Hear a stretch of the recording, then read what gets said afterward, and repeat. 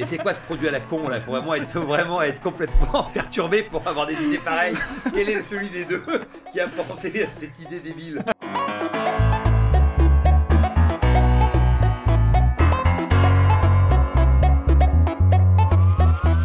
Eh bien, en fait, je suis très heureuse aujourd'hui d'avoir Jean-Pierre Nadir avec moi, mon grand ami de l'émission Qui veut être mon associé. J'ai adoré être dans le jury avec Jean-Pierre Nadir. D'abord parce que c'est devenu mon grand ami. Jean-Pierre, il est toujours de bonne humeur. Donc quand on arrivait sur le plateau à 6h30, 7h le matin, quelquefois, il avait toujours le mon gentil pour quand il arrivait pour nous accueillir, nous mettre bien, voilà. Et ça, tout au long de la journée. Et le deuxième point sur Jean-Pierre, c'est qu'en fait, quelle que soit la start-up et le secteur, en fait, il a une culture entrepreneuriale, c'est un truc de malade, quoi. Il est journal, le gars. Bon alors, c'est une soirée quand même spéciale, hein, puisqu'on est juste après la diffusion du numéro 1 de Qui veut être mon associé, saison 4. Donc on est souriant. Non mais attends, c'est un truc de ouf quand même ce qui nous arrive. Comment en tout cas ce qui m'arrive, toi c'est un peu plus... Ouais, c'est la 3e année, donc effectivement c'est plus digéré. Mais ceci dit, donc c'est toujours à la fois donc excitant, stimulant et aussi un peu frustrant. Puisque, comme tu l'as vu, donc c'est monté en 15-18 minutes. On a passé parfois 1h15, 1h20 avec des candidats. Tu as en tête pas mal de choses qui se sont dites sur le plateau que tu ne retrouves pas. Mais il faut avouer que le montage en général quand même respecte à peu près donc, les grands équilibres et l'alchimie qu'on a pu avoir sur le plateau. Donc moi je vis ces soirées donc, comme en tant que téléspectateur, j'essaye de faire comme si j'étais pas dedans. Du reste, j'aime pas trop me voir à l'écran. Je passe un bon moment. Et franchement, donc il y a des, je sais pas, 4 mois après, il y a des trucs qu'on avait oubliés parce que il faut bien dire aux gens, on a enchaîné combien 50 pitch, 50 pitch, plus de 50. Bon, et donc très franchement, on est pardonné quand on a oublié 2-3 choses sur un cas.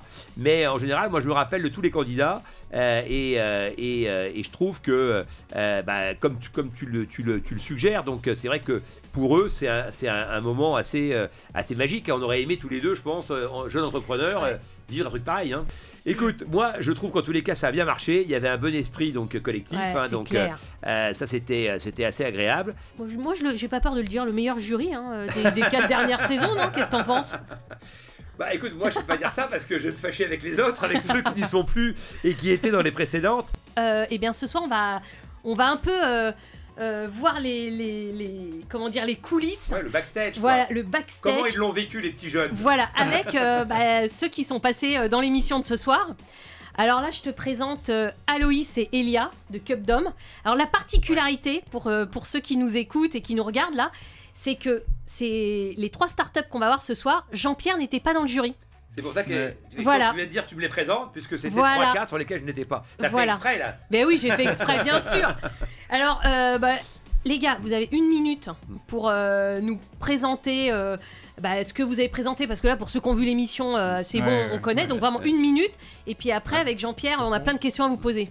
À moins que vous ayez des choses à dire après cette émission, qui manquaient en fait dans le passage, parce que très souvent quand même, il faut le dire, quand on sort d'un plateau de télé, le premier truc qu'on se dit c'est je suis vraiment un gland, j'aurais dû dire ça, pourquoi j'ai pas dit ci, et quand on m'a dit ça j'aurais dû rebondir et faire ça, etc. Parce que la télé en fait ça génère beaucoup de frustration, parce qu'on a toujours le sentiment d'être passé à côté. Voilà. Et donc ça je vous le dis parce que globalement je pense que 100% des gens, enfin les gens intelligents en tous les cas, ont ce sentiment-là. Donc voilà. Et donc c'est pas grave, ça fait partie effectivement donc du jeu. Mais du coup, comme vous avez là une séance de rattrapage grâce à Stéphanie, qu'est-ce que vous auriez aimé dire que vous n'avez pas dit et qui permettrait de donner un éclairage encore supplémentaire au génie de votre projet?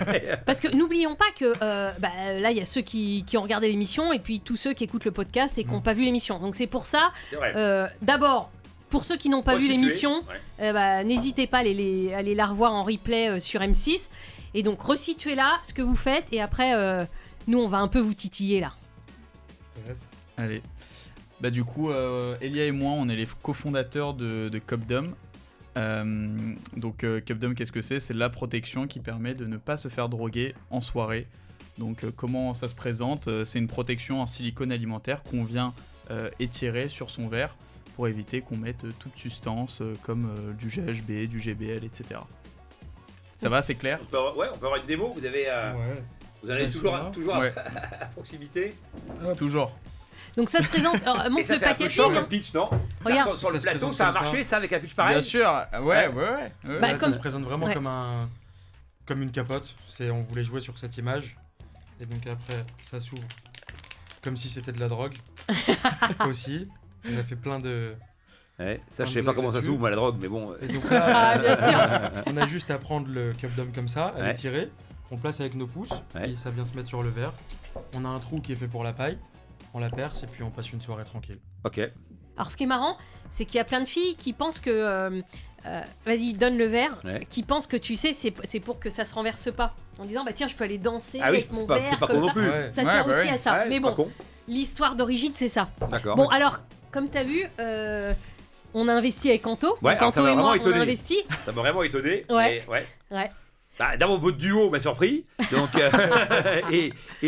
et ensuite, donc, bah, c'est vrai que ça, on n'a pas naturellement l'idée, bon, d'abord d'avoir une idée pareille, c'est-à-dire que là, j'aimerais savoir d'où vient la genèse de cette idée, tu vois, parce que concrètement, alors j'espère que c'est pas, parce que là, moi j'en rigole, mais c'est bien sûr qu'il y a des cas très compliqués, et donc, évidemment, j'espère que c'est pas ça qui est l'origine du sujet, mais peut-être, donc, et ensuite, parce que c'est vrai qu'un jeune de 21 ans, comment on a l'idée de développer un produit pareil, bon, et après, moi, ma question, au-delà de ça, c'est est-ce qu'on peut faire une boîte à partir d'une bonne idée, tu vois, c'est-à-dire qu'en fait, la bonne idée, ça peut rester une bonne idée, mais ça peut devenir une fausse bonne boîte, quoi, tu vois. Donc voilà, donc c'était ça, mais j'imagine que vous avez traité le sujet, donc avec vos actionnaires. Exactement. Non, l'idée, elle nous est venue. On est jeunes, on était étudiants au moment où on s'est posé la question, donc on sortait beaucoup, et en fait, on a déjà beaucoup d'amis qui se sont fait droguer, Ah oui. dont un. Non, mais c'est un chiffre qui est conséquent, c'est-à-dire qu'aujourd'hui, Ouais, ouais. c'est un vrai, Ah oui, truc, ouais, un vrai ouais. phénomène. C'est un truc Ah de ouais. dingue. Et il y a ouais. un de nos amis qui a failli mourir parce que ça arrive très vite, l'overdose avec ce genre de drogue. Mais Et- quel intérêt pour un ami, enfin, quel était l'objectif de celui qui droguait votre copain? En fait, on comprend plus parce qu'il y a des filles qui se font droguer avec, par des hommes qui sont mal intentionnés et qui Oui, veulent ça, faire des on- agressions, des ça, viols, on comprend etc. l'idée, ouais. Et en fait, c'est vraiment devenu un jeu. Moi, j'ai un ami qui s'est fait droguer. Et la personne qui l'a drogué, bah en fait, elle a passé sa soirée. À regarder Et juste ses mon ami, réactions. Il était avec la Croix-Rouge et il était pas bien, mais il n'y avait Ouais, pas de ouais. but derrière de le racketter ou quoi. C'est devenu un jeu. Ok. Et il y a plein de vidéos sur internet où on voit des personnes juste mettre de la drogue dans les verres et puis ils partent. C'est devenu un jeu, sauf que 1 gramme en plus, bah on meurt quoi. Et en fait, moi, ce qui nous a Ouais. bluffé, d'abord, t'as vu, comme Ouais. t'as vu là, on était tous d'accord pour se dire que c'est quand même une cause nationale. Donc on peut pas laisser passer dans l'émission. On y reviendra au fur et à mesure de ce podcast, mais il y a des sujets qui peuvent devenir soit des très belles entreprises, et puis il y a des sujets que tu peux pas laisser passer. Et là, c'est vrai qu'on s'est tous dit. Il faut qu'on les aide, donc tu vois, Tony a dit bah voilà, moi je prêterai mon image, parce qu'en fait c'est une cause nationale de Ouais, je protection de la jeunesse. Mhm. Vous, si l'idée aussi de vous faire intervenir là, c'est de nous raconter là à chaud là, ça y est, vous venez de passer, c'est un truc de ouf quoi. Pour moi, comme je vous l'ai répété, c'est vraiment une des plus belles soirées de votre vie parce que il y a des centaines, des milliers d'entrepreneurs qui rêvent d'être à votre place. Pour être transparent, moi je suis vachement contactée sur LinkedIn avec des gens qui me disent Stéphanie, comment je peux faire pour être repérée, Bien sûr, comment bien je sûr, peux bien passer sûr. le casting, où est-ce que je dois aller, etc. Donc juste racontez-nous ce backstage là, comment vous avez été identifié et comment vous ressortez de la diffusion là, vous êtes comment là? Là, on n'a pas atterri, je pense encore. Non, on n'arrive pas C'est- trop à réaliser. Ouais, même Enfin, il y a 6 mois, on se disait pas, on va préparer plein de commandes dans mon salon. Là, on a amené tous les copains très vite pour tout préparer. Enfin, c'est vraiment, on n'a pas atterri. Moi, je pense que c'est pareil pour Ouais, toi, ouais. mais on est, c'est un truc de dingue et c'est tout. Et comment vous avez été casté? Alors, Son père connaît l'auditeur. il y a des relations. Non, pas du tout. Non. Alors, en fait, on a lancé une campagne participative de financement sur, Oui, c'est vrai, sur, ouais. voilà, sur une plateforme de crowdfunding. Et en fait, une des personnes qui travaillent à la direction nous a tout simplement contacté. chez M6. Voilà, c'est ça, ouais. Mm. Nous a tout simplement contacté sur Instagram. Voilà, j'adore votre projet. Est-ce que vous serez intéressé par. Sur Instagram directement. Ouais. Punaise, comme quoi, faut bien lire ses messages Instagram hein, Ouais, ou c'est ses ça. messages LinkedIn. Hein. Ah, sur Instagram, on a 0 message parce qu'on les traite tous. D'accord. C'est hyper important. Et là après, vous répondez et Alors, comment ça se passe par téléphone Bah c'est Ouais, ça. C'est par ça, en fait, téléphone. c'est Elia, il a géré en fait tout le relationnel avec la personne. Et en fait, on s'est beaucoup questionné parce que on était au lancement de la boîte aussi. On se disait, bon, est-ce qu'on le fait réellement? Est-ce que c'est pas pour les plus grosses boîtes? Est-ce que c'est vraiment à notre niveau? On a beaucoup réfléchi. On s'est dit, en fait, une opportunité pareille, il n'y en a pas deux dans une vie. Du coup, on y est allé direct. On s'est bien entouré. On a bien été accompagné.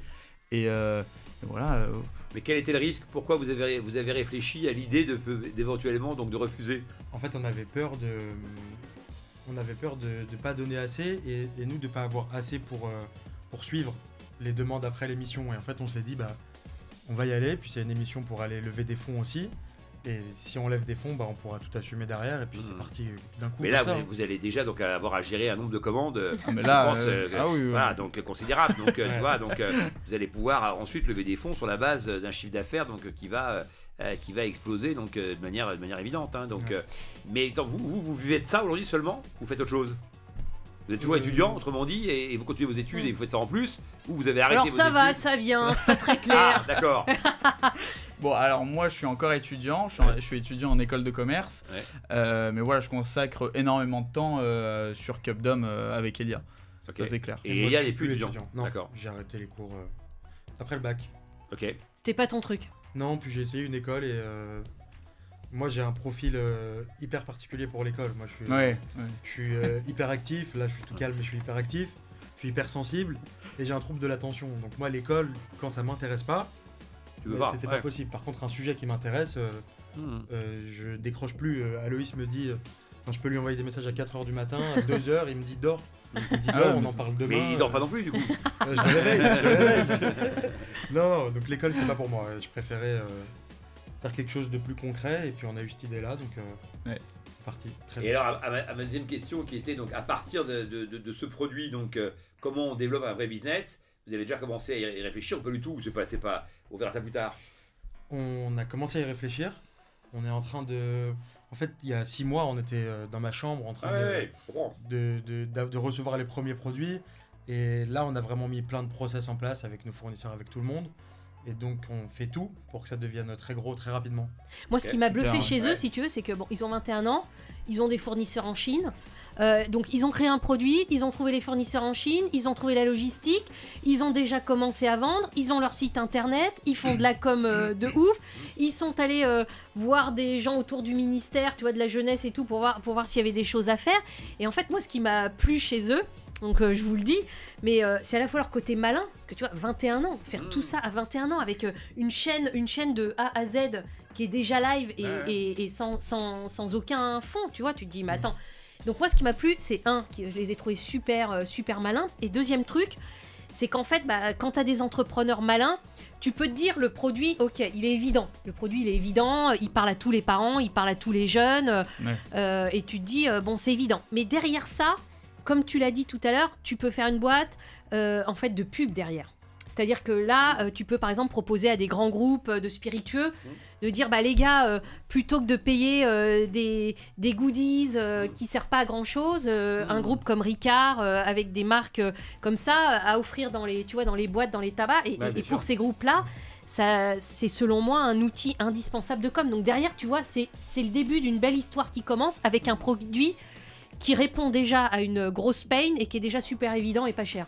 On Ouais, salue c'est Ricard. Ouais. Voilà. Au passage quand même. Bernard Ricard, si tu nous écoutes. T'as pas l'impression quand même quoi, nous on a vécu ça avec les débuts du sida, C'est ça, ouais. où après on a tous été habitués. Moi ce que je trouve génial aussi dans ce produit, c'est qu'en fait ça t'enlève de t'en mettre plein sur toi Ouais, c'est vrai, quand c'est tu vrai, c'est danses, et tu vois, donc au contraire maintenant Mais c'est encore quand même plus moins la fête, sympathique. quoi. Tu vois, c'est quand même moins sympathique. Tu vois, tu fais référence au sida. Si tu veux, effectivement, le sida, c'est un basculement de société total et complet, quoi. C'est-à-dire que on était dans un modèle effectivement donc totalement ouvert et débridé, et d'un seul coup donc le jeu donc se refermait donc complètement, et avec là des conséquences qui sont les mêmes, qui étaient la mort, donc C'est ça, ce qui est à peu près la même, donc Mm. celle que vous avez évoquée. Donc je suis d'accord avec toi, Stéphanie, que évidemment on a déjà vécu comme ça donc des basculements. Comment on peut contourner ce truc-là? C'est-à-dire comment on peut rendre joyeux, tu vois? le préservatif, ils ont essayé de faire ça, donc ils ont essayé, d'ailleurs ils ont sans doute réussi en partie, tu vois, donc comment on peut, tu vois, en faire quelque chose de festif et de marrant et de sympa, et finalement que cette contrainte, on en fasse effectivement donc aussi un élément d'animation. Alors vous dites la pub, etc. Mais bon, il faut trouver des usages et des codes. L'usage on l'a, c'est les codes maintenant qu'il faut essayer de travailler, je pense. Ça, ouais. Nous, réellement, on essaye de décomplexer en fait la problématique. Déjà, rien qu'avec nos personnages, Kélia et moi, on est, notre équipe aussi, on est tous. Mais les gens ils rigolent pas, c'est-à-dire le premier, tu vois, le premier qui le met sur son verre, tu vois, les gens ils mettent. Faire un vidéo. Non, c'est vraiment un truc normal et super important. Et nous, t'en as plein dans les festivals et tout ça. Mais en fait, ce qui est pas bien, c'est pas d'avoir des produits comme ça, c'est de se dire, je sors, mais est-ce que je vais rentrer chez moi? Et là, moi, je le mets dans ma poche. Je sais que je vais m'amuser avec mes potes et que je vais rentrer tranquille à la maison. Donc, j'ai pas ce. Après, c'est mon produit, c'est difficile, mais j'ai pas ce rapport. J'ai pas ce rapport au produit. Par exemple, il y a des concurrents qui ont un produit avec une tétine qui sort. Et là, le produit fait flipper. Vraiment, là, ça. Nous, on est sortis de ça et c'est pour ça qu'on a fait le nôtre. Alors, j'avais une question donc féminine, parce qu'on a dit que les femmes avaient un sens pratique plus développé que les hommes.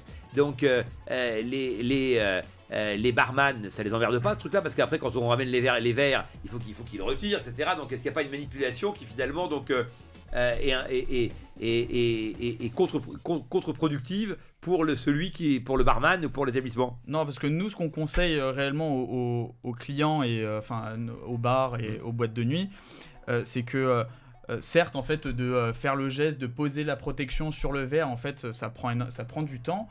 Et forcément, pour le barman, ça demande, c'est une perte d'argent au final, parce que forcément, il y a des clients qui attendent pour leur verre, etc. Ouais. Donc nous, ce qu'on préconise et ce qu'on conseille en fait à nos clients, c'est voilà, vous faites le verre, mais juste avec ça, ça demande un geste en plus de 1 seconde, vous leur donnez la protection. C'est eux qui l'installent. C'est ça, c'est le client final. Et quand je ramène mon verre vide. Alors tu peux la garder, en l'occurrence celle-ci.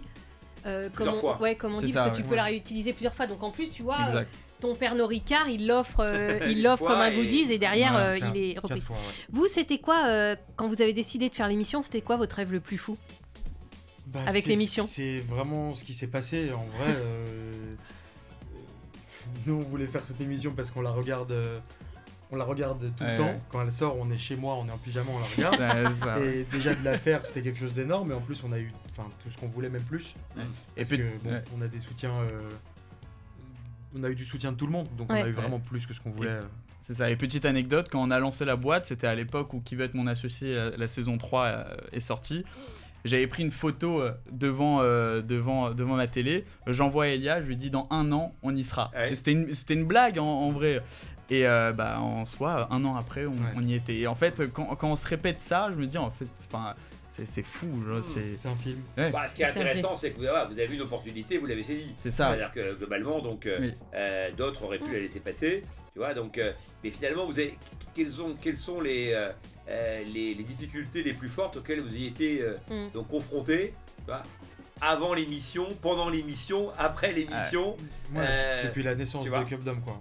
Non, quand vous êtes de l'arrivée au studio, donc tu vois, jusqu'au moment où vous passez, parce qu'il faut bien expliquer, il y a une tension, il y a une charge mentale, il y a une tension qui est très importante, qui est souvent palpable dans les pitchs, parce que le début des pitchs, évidemment, ça fait déjà 6 heures que t'attends. Des fois, les gens ont fait le match 30 fois avant, tu vois, à répéter, etc. Le gars, il rentre. T'as le stress qui monte, il est mort, tu vois. Donc voilà, d'autres sont stressés complètement, etc. Donc voilà, moi, ce qui m'intéresse, c'est comment vous l'avez vécu, vous. Et est-ce que le fait d'être deux, déjà, on se répartit un peu la charge. Des fois, il y en a un qui tombe et il relève l'autre. Bon, c'est ça. Moi, j'étais mort de trouille, et heureusement qu'il y avait Aloïs. Vraiment, le moment avant de rentrer sur le plateau, Aloïs, il me parlait, je répondais plus, et j'avais mon t-shirt, je pense que mon t-shirt se soulevait, et j'arrivais pas à faire sortir de son. Mais tu sais qu'il y a des gens qui s'arrêtent. C'est-à-dire les tétanisés, tu vois, ils veulent plus y aller, tu vois, donc il faut quasiment les pousser pour démarrer, les gars. C'est ça, surtout que nous on arrivait à 11h, on a patienté, du coup on devait passer à 13h et au final en fait on passe en dernier à 18h. Du coup forcément il y a la pression parce qu'on est les derniers à pitcher, les investisseurs, bon... Tu vois les autres startups? En plus juste avant tout. nous. Tu vois tout. Ah mais c'est ça, ouais. Et juste avant nous, en fait, il y avait une startup qui avait totalement loupé son pitch. Et du coup, nous, on était comme ça quand même. On va pas les nommer. Non. On dit rien là, on dit rien. Oui, parce que là Non. aussi, il faut dire aux gens qui nous écoutent, qui regardent, évidemment, que les émissions sont montées dans un ordre Bien différent des passages. Ouais, Souvent, les gens ouais. pensent que c'est dans le même ordre, mais pas du tout. Non, Donc C'est on ça, sait pas qui c'est du tout. Et repréciser aussi, parce qu'on m'a souvent posé la question, que nous, investisseurs, on ne sait rien. Ah bah oui. Et on ne sait pas quelles vont être les startups, on ne sait pas quelle est la thématique, Ouais. on ne sait pas quel est le montant d'investissement on ne sait rien. On Ouais. arrive sur le plateau, on nous fait découvrir le décor. Donc Ouais. on nous dit, tiens, par exemple, il y a des jouets d'enfants, des poussettes, et on nous dit, bah tiens, ça vous fait penser à quoi? Ça vous devinez. Voilà, Ouais. donc là on commence à parler. Ensuite, vous arrivez, vous pitchez pendant... vous présentez votre boîte pendant 15-20 minutes. Ensuite, nous, on pose des questions. Ouais. Alors ça, c'est là aussi où nous aussi, il y a du stress de notre côté, parce que moi, franchement, la petite rookie, à côté des 4 mousquetaires qui connaissent l'émission par cœur, Ouais. qui sont des brutes de scène, etc., c'était Non, pas non, mais toujours surtout, évident. c'est vrai que la prise de parole est très compliquée parce que comme on est tous sur la même ligne, Ouais. en fait il faut aller chercher, tu vois, le Ouais. truc. Et donc c'est vrai que c'est Ouais. au début quand tu vois, t'as du mal à prendre la parole, voilà. Et comme tout le monde enchaîne, comme t'es à 5 et les questions arrivent de partout, pour vous c'est compliqué parce que ça Ouais. fuse. Des fois, Ouais. les gens en fait, souvent c'est quand même très structuré et les questions s'enchaînent de manière cohérente. Mais parfois c'est pas le cas, ça Ouais. part dans tous les sens. Le mec te parle de marge, l'autre il te dit mais c'est quoi la couleur, pourquoi cette couleur là, le troisième sur les matériaux, tu vois, Ouais. le quatrième c'est quoi votre parcours, tu vois, et tout ça arrive en même temps et donc il faut être capable de gérer les C'est flux. ça, ouais. Et Ouais. je pense que c'est un exercice physique aussi parce que tu es debout, ça dure plus d'une heure, tu vois, tu prends des jets de partout, faut être assez alerte. De temps en temps, en plus, on te dit, regarde la caméra, etc. Donc on t'interrompt pour te dire de te repositionner, etc. Donc en fait, il y a beaucoup de choses à gérer en même temps. Tu vois, et c'est ça en fait le principe de vérité, c'est qu'à un moment donné on arrive à approcher la vérité des choses parce que même si quelqu'un vient avec un discours bullshit complètement, au bout d'une demi-heure, 3/4 d'heure, 1 heure, avec des questions dans tous les sens, on arrive à regrouper un peu les choses et à comprendre, tu vois, quelle est la logique sous-jacente, tu vois, c'est-à-dire qu'à un moment donné quand le mur en fait donc d'artifice retombe, eh ben on voit les vraies choses, tu vois, et souvent c'est vers la fin en fait Ouais. que tu te décides pour te dire si tu as envie d'y aller ou pas. Moi des fois il y a des cas, ça démarre, je me dis j'irai jamais là-dedans, ça n'a aucun intérêt, etc. Et puis progressivement, tu peux te laisser embarquer, tu vois, donc et à la fin, te dire mais attends mais le mec est quand même vachement bon quoi, donc tu vois, et ça déjà se dire le mec est vachement bon, bah, ça change ta vision du projet puisqu'on Mais là- sait tous que les hommes sont importants. Ouais, bah c'est pour ça que là, tu vois, quand ils sont arrivés, nous, bon, t'étais pas dans ce jury-là, mais nous tous, le jury, on a dit on peut pas, vis-à-vis Ouais, des de la Français cause, et des ouais. Françaises qui nous écoutent ce soir-là, on ne peut pas laisser passer et faire comme si c'était pas important. Eh ben c'est Voilà. très sympa, vous êtes des gens bien Stéphanie. Ouais. Bon bah les gars, félicitations. Merci infiniment. On se revoit dans quelques mois là. Vous nous direz Ouais. ce que ça donne là, ce passage dans Qui veut être mon associé sur M6. On aura atterri, je pense, un petit peu. Ouais, en tout cas félicitations. Merci. Félicitations pour ce que vous avez fait et puis pour avoir donné envie à toutes les startups de vivre ce que vous avez vécu. Donc comme je vous l'ai dit, hein, c'est un des plus beaux moments de votre vie. Donc clair, enjoy les gars, hein, vous lâchez Ouais, pas. ouais. Non, clairement. Alors moi je pense que le message il est clair, c'est qu'on peut être en pyjama donc en 2023 et Ouais, passer en ouais. 24 Ouais, totalement. et donc être Bon. habillé pour l'hiver en 24. Donc vous allez voilà tous ceux qui regardent donc des contracts sur leur canapé qui pensent que Ah, finalement tu peux aussi passer dans cette émission. Ceci dit, on peut aussi rappeler qu'on peut réussir dans la vie sans passer dans cette émission. Bien sûr. hein. C'est Ah pas oui. une obligation. Ah oui, oui. Complètement. Mais ce qui est important, c'est d'expliquer, je pense, aussi les difficultés du passage. C'est-à-dire que les gens retiennent toujours la réussite finale, et notamment le fait que vous avez réussi à convaincre des investisseurs. Il y a des cas très bien qui arrivent à convaincre personne. Et il y a des gens qui ont très bien réussi après et qui avaient réussi à convaincre aucun investisseur. Hein. Ouais. Donc j'ai 2-3 exemples en tête. Donc un que je peux donner parce qu'il est très significatif, c'est les sacs à dos Kabaya. Kabaya qui est devenu Ouais. une référence. Un truc de Ouais. dingue, Ouais. une De dingue. histoire de Une dingue. réussite de dingue. Ils sont Ouais. passés en saison 1. Ouais. Personne n'a investi. Ils n'ont même pas été diffusés. Ah bon? Alors, voilà, tu vois, et donc, et des années plus tard, donc c'est un des succès, cartonnent. donc ils cartonnent, Ouais. ils cartonnent Ouais. vraiment. Même ils font plus que Fago, ils sont Ouais. c'est une des rares boîtes, ils ont été valorisés à plus de 100 millions.